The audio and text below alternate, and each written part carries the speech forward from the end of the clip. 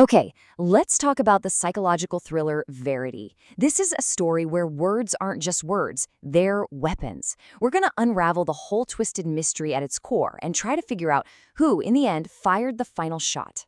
And really, it all boils down to this one question. It's at the absolute heart of the story, which kicks off with a writer named Lowen Ashley. And to put it mildly, she's struggling. She's haunted by her mother's recent death, and she's got a crippling case of writer's block. So picture this. One day, a really bizarre and kind of bloody encounter on a New York City street puts Lowen right in the path of a man named Jeremy Crawford. And this guy, he's about to make her an offer that is going to completely turn her life upside down. Turns out, Jeremy's wife is none other than Verity Crawford, an author Lowen actually really admires.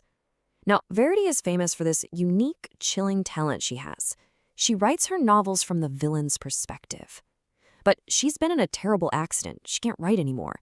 And Jeremy needs someone desperately to finish her life's work. To do this job right, Lowen knows she has to basically become Verity. So she moves into their huge, isolated home to sift through years and years of notes.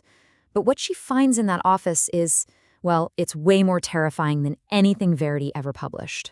All right, first up, the secret autobiography. This manuscript, it immediately creates this Jekyll and Hyde situation. It just splits Verity in two. On one side, you have the public Verity, the beloved author. And on the other, you have this private monster confessing every last sin to the page. The whole question is, which one is the real her? The manuscript paints a picture of a woman who is pathologically obsessed with her husband, Jeremy. I mean, in her telling everyone, and I mean everyone, including her own children, is just competition for his love, just obstacles in her way. And oh, believe me, it gets so much darker. The manuscript details how Verity tried to self-abort her twin daughters. And then, most horrifyingly, it confesses how she later murdered one of them, Harper, because she believed Harper was somehow responsible for her sister's earlier death. So that brings us to Section 2, Truth, Lies, and Seduction. As Lowen starts developing these deep feelings for Jeremy, the house itself just becomes this pressure cooker of tension. Weird things start happening, and Lowen gets this creeping suspicion that Verity might not be as helpless as everyone thinks. I mean, seriously, put yourself in her shoes.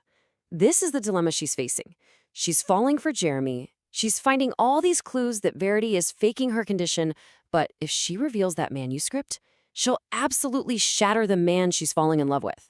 You know, something's gotta give, right? Well, the tension finally snaps. Lowen and Jeremy give in to their attraction and start this passionate affair, all while Verity is supposedly lying comatose just one floor above them. And this pushes Lowen to make a decision she can never take back. And that brings us to our third section, a violent climax. Can you just imagine the agony Lowen has to wait as Jeremy reads every single horrifying word in that manuscript?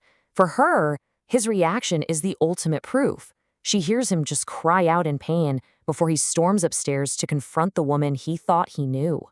And bam, the act is up. Verity was never comatose. She'd been faking it the entire time, testing Jeremy's loyalty, all while she was secretly planning to escape with their son and all the money from the books that Lowen was writing for her. Jeremy, just consumed by pure rage, attacks Verity, but Lowen stops him. She proposes something colder, much more calculated. Make Verity's death look like an accident. And right there in that moment, they form this dark, unbreakable pact. And they actually do it. They go through with their cold-blooded plan. They commit what they think is the perfect crime, and they just stand there and watch Verity die, totally convinced that they are finally free. But we're not done. Not even close. Welcome to Section 4, the unknowable truth. Okay, so fast forward a few months. Lowen is pregnant. She, Jeremy, and his son Crew are finally packing up and leaving that horrible Vermont house. It really looks like they got away with it and are free to start their new life.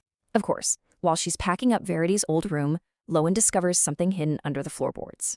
It's a letter, written by Verity, and it's addressed to Jeremy. This letter, it claims that the entire horrifying manuscript was a work of fiction, that it was all just a therapeutic writing exercise, using the very craft she was famous for, writing from the villain's point of view to cope with her grief. It claims their daughter Harper's death was just a tragic, terrible accident. In a total panic, Lowen makes a split-second decision. She destroys the letter. She chooses to protect this new life she's built with Jeremy, a life that might be built on the most horrific, fatal misunderstanding imaginable. So now we have to ask, who is the real villain here? Was it Verity, this master manipulator who weaponized her own story, either in the manuscript or the letter? Or was it Lowen, the writer who was so desperate to find a villain that she believed a story and then helped commit a murder to create her own happy ending? And that's the genius of it all, isn't it? The book leaves you with this deeply unsettling thought. When a story is a weapon, the truth just depends on who you believe is telling it. The manuscript or the letter? The final judgment call is left entirely up to you.